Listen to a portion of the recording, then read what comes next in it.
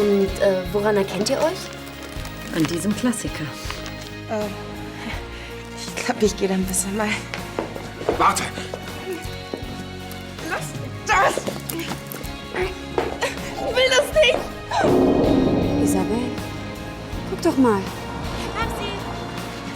Isabel!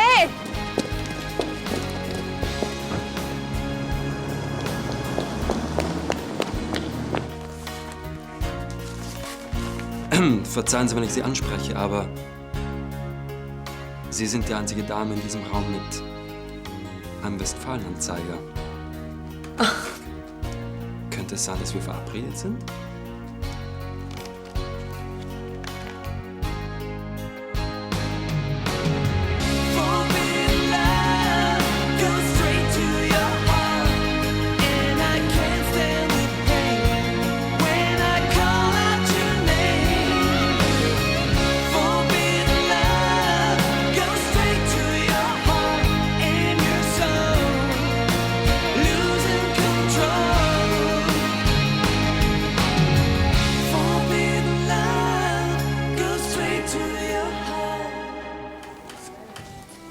Olaf, das muss sich um eine Verwechslung handeln.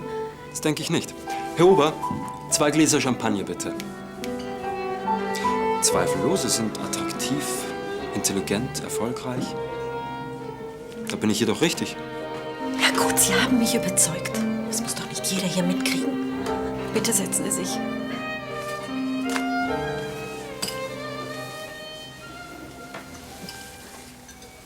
Tja, und jetzt? Ehrlich gesagt bin ich sehr erfreut, dass gerade Sie mein Blind Date sind. Also, dass ich ausgerechnet auf Sie hier treffen würde? Aber Sie wissen doch noch kaum was über mich. Vielleicht haben wir mehr Gemeinsamkeiten, als Sie denken. Mag sein. 2 Gläser Champagner für die Herrschaften. Ja, vielen Dank. Danke. Bitte schön. Auf einen interessanten Abend.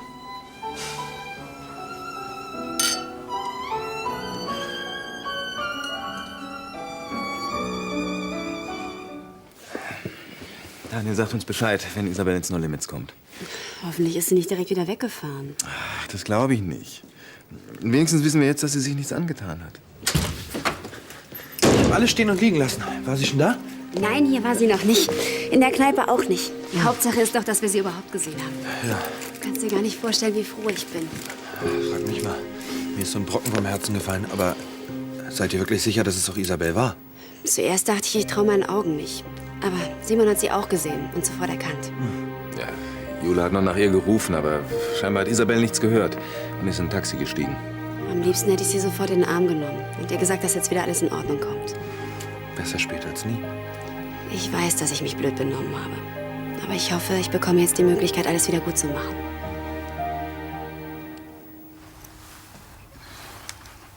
Oh, nicht mal mehr erhöhte Temperatur. So ein Glück.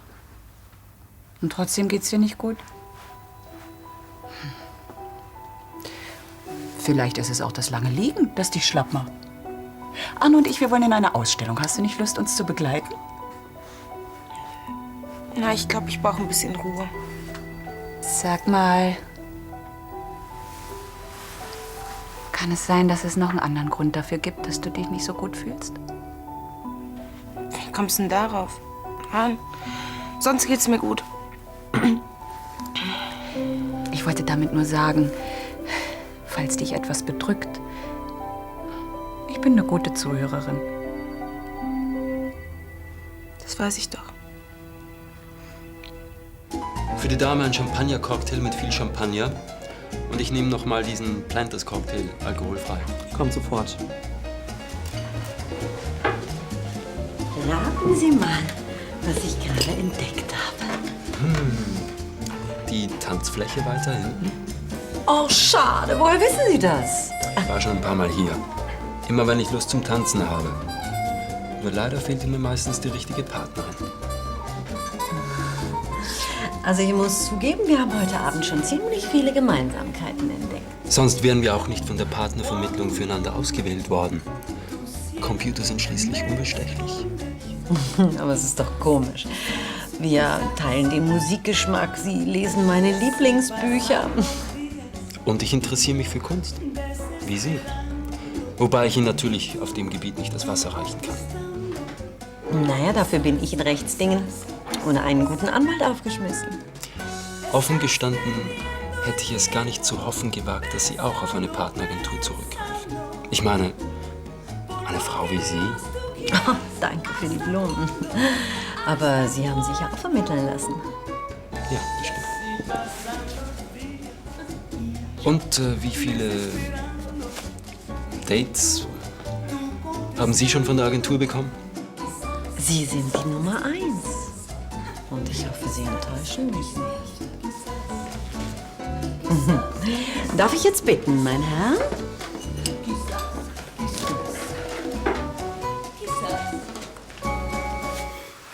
Ach, Isabel. Ich bin froh, dass du wieder da bist. Wir haben uns alle Sorgen gemacht. Alle bestimmt nicht. Falls du damit Jule meinst, dazu kann ich leider nichts sagen. Aber Marc, Simon und ich sind überzeugt davon, dass du nicht schuld an dem Unfall bist. Deswegen musst du dich morgen auch sofort mit Dr. Franke in Verbindung setzen und deine weitere Verteidigung durchsprechen. Am liebsten wäre ich überhaupt nicht zu der Anhörung gekommen. Das hätte ja noch wahrscheinlich wie Flucht ausgesehen. Es ist schon besser, dass du wieder da bist. Warum um Gottes Willen hast du dich nicht früher bei mir gemeldet? Ich wollte einfach meine Ruhe haben. Mit meiner Freundin in Berlin, da konnte ich wenigstens ein bisschen abschalten. Jules Anschuldigungen waren ein Schock für dich, hm? Ich bin in meinem ganzen Leben noch nie so sehr verletzt worden. Du hast es sicher nur im Affekt gesagt und es tut dir inzwischen leid. Das glaube ich kaum. Du hättest sie mal hören sollen. Sie war so voller Hass. Der Laienschläger stammt übrigens aus Köln ursprünglich und er hat in den Staaten eine traumhafte Karriere hingelegt. Ist echt cool, dass er dann für ein paar Tage bei uns mittrainiert. Genau, und morgen findet übrigens die Pressekonferenz bei uns im Vereinszentrum statt und du musst dabei sein. Sicher, lass ich mir bestimmt nicht entgehen. Und die Home Story, die machen wir dann richtig exklusiv. Nicht schlecht. Hallo, Daniel. Hallo. Hast du Elisabeth schon gesehen? Nee, tut mir leid. Hier nicht. Komisch. Selber schon etwas spät dran. Darf ich? Bitte, gerne. Klar. Das ist übrigens Chris Stevens, der Trainer von meinen Baseball-Jungs. Angenehm, hallo. Freut mich. Ja, und das ist Arno Brandner, der Brötchengeber von meinem kleinen Bruder. Ja, hat Andi sich inzwischen bei dir wieder gemeldet? Ja, seit er den Job hat, ist er wieder oben auf. Sorry, ich muss dann jetzt gehen. Du denkst an die Pressekonferenz? Morgen 11 Uhr? Lass mal, es geht auf mich. Cool. Hat mich gefreut. Wiedersehen. Wiedersehen. Tschüss. Also ich freue mich wirklich, dass diese dumme Geschichte auf der Baustelle endlich aus der Welt ist. Willst du ein Bier? Ja, eins. Sag mal, wie geht's eigentlich Gabriela? Ich habe lange nichts von ihr gehört. Konntest du auch nicht. Es geht ihr nicht so gut. Sie muss sich irgendein Virus eingefangen haben. Hängt ziemlich in den Seilen. Seien Sie nicht so laut. Hier schlafen Sie bitte. Auf den letzten Metern auf jeden Fall. Nachdem wir überhaupt erst hier angekommen sind, meinen wir. Bin ich so schnell gefahren? Nein, ich liebe das. Also ich finde, der Computer dieser Partnervermittlung hat uns wirklich wunderbar zusammengestöpselt. Ja. Ist kein Wunder, dass die so einen guten Ruf hat, ne? Oder meinen Sie, dass das mit uns beiden ein besonderer Glückstreffer war? Hm? Ui. Oh. Sie sind wirklich ein Gentleman. Sehr zuvorkommend. So. Ja, es war ein unvergesslicher Abend für mich. Und tanzen können Sie wie eine junge Ballerina. Ja, Sie auch. Also nicht wie eine. Sie wissen schon, was ich meine. Ja, ich weiß. Ich glaube aber, jetzt wird es Zeit, dass ich ins Bett gehe. Sehen wir uns wieder? Mal sehen. Also es war mein großes Vergnügen, den Abend mit Ihnen zu verbringen. Ja, auch, mein Herr. Wir sehen uns morgen im Bistro. Schlafen Sie schön. Buonanotte.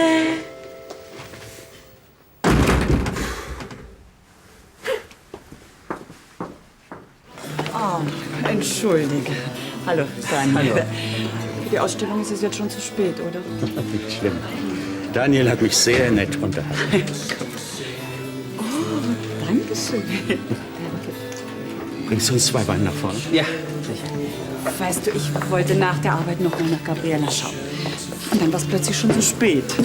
Das macht nichts. Ausstellungen kann man nachholen und dann vielleicht mit einer gesunden Gabriela. Ich habe es ihr auch schon angeboten, aber sie hatte keine Lust. Vielleicht besser. Sie bleibt im Bett bei dem Wetter. Es geht ihr viel besser. Fieber hat sie nicht mehr. Gabriele lässt sich eben nicht so einfach vor einer Grippe niederstrecken. Ich habe das Gefühl, ihr macht was ganz anderes zu schaffen. Naja, vielleicht fehlen ihr nach der aufregenden Arbeit mit Roland die nötigen Herausforderungen. Das kann natürlich sein. Das war ja eine sehr engagierte Arbeit in diesem Artikel. Hoffen wir, dass sie sich wieder besser fühlt, wenn das Volontariat anfängt. Ja, und bis dahin kann ich sie vielleicht ein bisschen aufmuntern.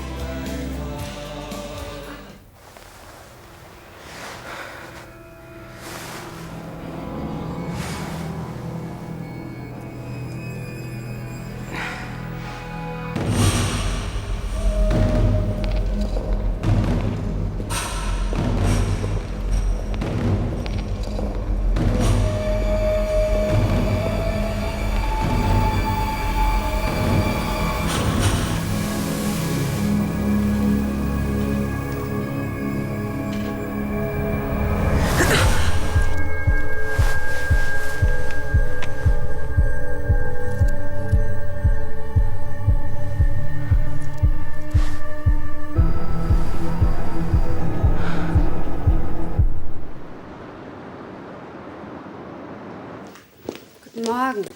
Ausgeschlafen? Morgen. Sag mal, hast du jetzt so lange Brötchen holen? Nein. Ich war bei der Polizei. Ah. Ja, erzähl, was haben sie gesagt? Naja, zuerst haben sie sich gewundert über meine plötzliche Kehrtwendung. Wieso eigentlich? Ich meine, immerhin kannst du dich jetzt erst an den ganzen Unfallhergang erinnern. Oder haben sie das nicht abgenommen? Doch, letztlich schon. Meine Aussage hat sich ja mit der von Isabel auch gedeckt. Also wird das Verfahren jetzt eingestellt? Ja, ich hoffe. So genau haben sie es nicht gesagt. Aber ich gehe mal davon aus. So ganz glücklich scheint sie damit aber noch nicht zu sein. Ich muss einfach die ganze Zeit daran denken, wie es jetzt mit Isabel und mir weitergehen wird. Isabel hat immer sehr viel an eurer Freundschaft gelegen. Und sie war immer sehr verständnisvoll. Also, ich denke, sie wird vor allem unglaublich erleichtert sein, dass sie jetzt nicht mehr angeklagt ist.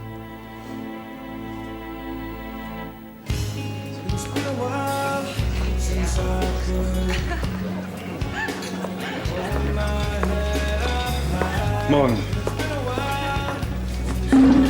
Ei. Sag bloß, der Abend gestern war nicht erfolgreich. Das ist gar kein Ausdruck. Es war ein völliger Reinfall. Wieso denn? Erzähl doch mal. Meine Begleitung war überaus gesprächig und sehr anhänglich. Aber das wolltest du doch.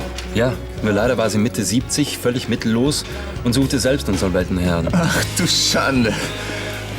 Du hast dich leider gar nicht getroffen. Ja, ganz genau. Das kapiere ich nicht. Wir haben doch dein Anmeldeformular exakt auf ihrs abgestimmt. Und es war der Server der Single-Agentur.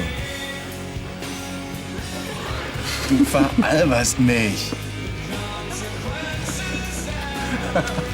Der Abend hätte besser nicht laufen. So, was kann ich Ihnen bringen? Einen Cappuccino bitte. Ja. Du bist der beste Hacker, den ich kenne.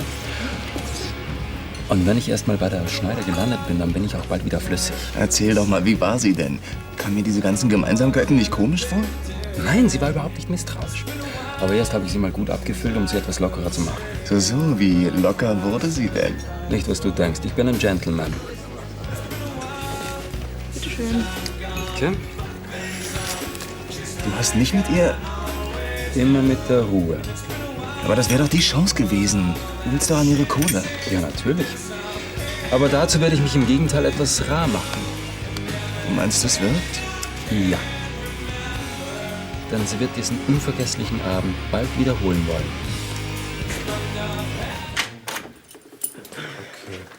Laienschläger soll sich nach der Pressekonferenz erstmal ausruhen. Ich will, dass er zum Training fit ist, okay? Nee, nix. Er wird nur noch ein Exklusivinterview geben, ja? Also wimmelt die Journalisten ab. Okay, ciao. Ganz schön was los heute, ja? Ich kann dir sagen. Also die Pressekonferenz war ja schon anstrengend genug, aber seitdem reißt es nicht mehr ab. Jetzt will wohl jeder noch sein eigenes Interview mit Laienschläger. Ja, Pech gehabt. Aber wo du gerade davon redest, ich hätte auch noch ein Anliegen. Was willst du, ein Autogramm? Nee, nicht ganz. Ich kenne da eine Journalistin, die Home Story super machen könnte. Forget it, darum kümmert sich schon die Presseabteilung unseres Vereins. Ja, ist mir klar, dass die Planung schon läuft, aber Gabriella ist wirklich sehr fähig. Ich kann ja verstehen, dass du einer Freundin von dir einen Gefallen tun willst, aber nicht hierbei, okay? Ich würde sie nicht empfehlen, wenn sie nicht gut wäre. Das kann ja schon sein, aber ich brauche für die Home Story einen absolut verlässlichen Profi.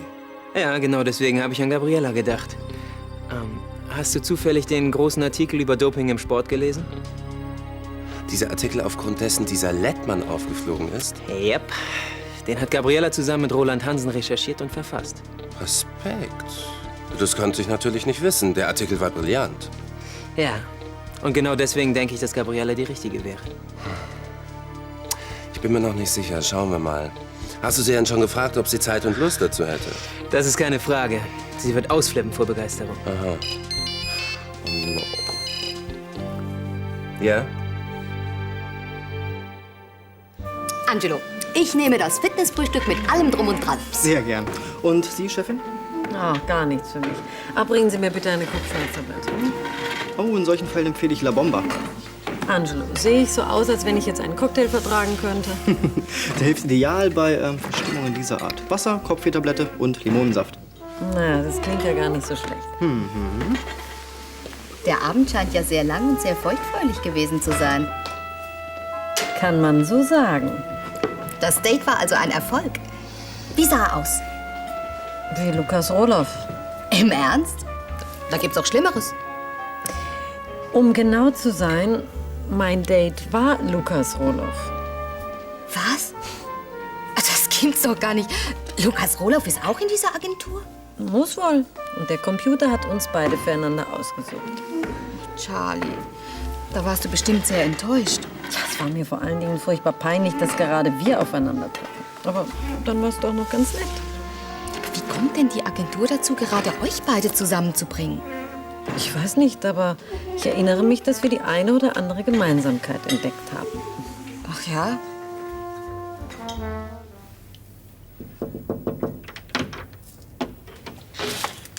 Ach, du bist ja wach. Guten Morgen, Gabriele. Hallo. Du hast Besuch. Hi. Hi, schön, dass du vorbeikommst. Hör mal, ist doch selbstverständlich, ja? Wie geht's dir? Auch wieder ganz gut. Du weißt ja, Unkraut vergeht nicht. Dann müsstest du also eigentlich nicht mehr im Bett liegen? Eigentlich nicht. Ich will mich halt ein bisschen auskurieren. Sehr gut. Ich habe nämlich eine Überraschung für dich. Dafür musst du aber fit sein. Also für eine Bergwanderung bin ich noch nicht fit genug. Worum geht's denn? Etwas viel Besseres. Dafür ist ein ganzes Engagement als Journalistin gefragt. Marc, es tut mir leid, aber ich kann und will das jetzt am Telefon mit dir nicht besprechen. Ja, Isabel geht es gut. Okay, mach ich. Bis dann. Ciao, Marc. Henning, habe ich richtig gehört? Weißt du was Neues über Isabel? Wieso, hast du Angst, dass sie nicht zur Verhandlung erscheint? Nein, das ist es nicht. Oh Mann, ich weiß, dass ich mich total blöd benommen habe. Und inzwischen tut mir das so leid. Weißt du denn, wo Isabel jetzt ist? Ja. Sie ist auf ihrem Zimmer. Sie hat letzte Nacht auf Schönberg geschlafen. Wie hat sie denn auf dich gewirkt? Wo war sie überhaupt die letzten Tage? Tut mir leid, das musste sie schon selber fragen. Ich muss jetzt los. Henning, ich weiß noch nicht mal, ob sie mit mir sprechen will. Wie geht's ihr denn? Sie ist sehr nervös wegen der bevorstehenden Verhandlung. Ich kann mich wieder an alles erinnern. Ich weiß, dass sie keine Schuld am Unfall hat. Ist doch mal eine gute Nachricht. Hast du es der Polizei schon gesagt? Ja, ich war heute Morgen dort. Ja, das Verfahren wird jetzt sehr wahrscheinlich eingestellt. Na, hoffentlich. Ich werde Dr. Franke informieren. Isabel machen meine Anschuldigungen sicherlich noch sehr zu schaffen, oder? Jule, sie hatte vor allen Dingen Angst vor neuen Anschuldigungen. Ich denke, sie wird jetzt ziemlich erleichtert sein. Siehst du, das habe ich dir doch auch gesagt. Meinst du, ich soll nur zu ihr hochgehen? Das musst du schon selber wissen, aber ich kann es dir nur empfehlen. Ich muss jetzt wirklich los. Viel Glück. Das ist die Chance für dich. Es war gar nicht so leicht, Chris zu überreden. Ja, das ist doch total lieb von dir. Aber ich denke, du bist soweit wieder fit. So fit bin ich nun auch nicht. Ich hatte eigentlich gedacht, du würdest mir vor Begeisterung um den Hals fallen. Schon. Unter anderen Umständen. Ein Exklusivinterview mit einem der berühmtesten Baseballstars aus den USA, hm? Was willst du denn noch mehr? Ja, wie gesagt, das klingt toll und das ist auch total lieb. Aber Schon okay, kein Problem. Ich verstehe natürlich, dass du komplett auskuriert sein musst. Wenn's nur das ist, er ist eine Woche in der Stadt, du hast also genügend Zeit. Daniel, ich habe keinen Kopf für sowas. Also ich verstehe dich nicht. Das Interview wird in allen führenden Sportmagazinen abgedruckt. Und was meinst du, wie stolz dieser Hansen auf dich sein wird, wenn er den Artikel liest? Ich möchte nicht. Lass mich in Ruhe mit diesem Scheiß-Interview, okay? Na komm, gib dir einen Ruck. Ich habe Angst, wie sie reagiert. Ja, sie wird vor allem erleichtert sein. Das hat Henning doch auch gesagt. Also gut, dann gehe ich jetzt hoch, ja? Wartest du auf mich? Ja, klar. Es wird schon schief gehen. Bis gleich. Hi, geht's? Das könnte ich dich fragen. Wir haben uns alle furchtbar Sorgen um dich gemacht. Wieso hast du dich denn nicht gemeldet? Ich weiß. Henning hat mir deswegen schon den Kopf gewaschen. Ich wollte einfach ein paar Tage niemanden sehen und hören. Naja, jetzt bist du ja endlich wieder da. Isabel, es tut mir alles so leid. Diese Anschuldigungen. Ich war einfach völlig neben der Spur. Weißt du, ich kann mich wieder an alles erinnern. Und ich hätte dich nie verdächtigen dürfen. Ich weiß, dass du keine Schuld an dem Unfall hast. Jule war auch schon bei der Polizei und hat ihre Aussage korrigiert. Und ich würde alles dafür tun, um meine Fehler wieder gut zu machen. Was du getan hast, werde ich dir im Leben nicht verzeihen können.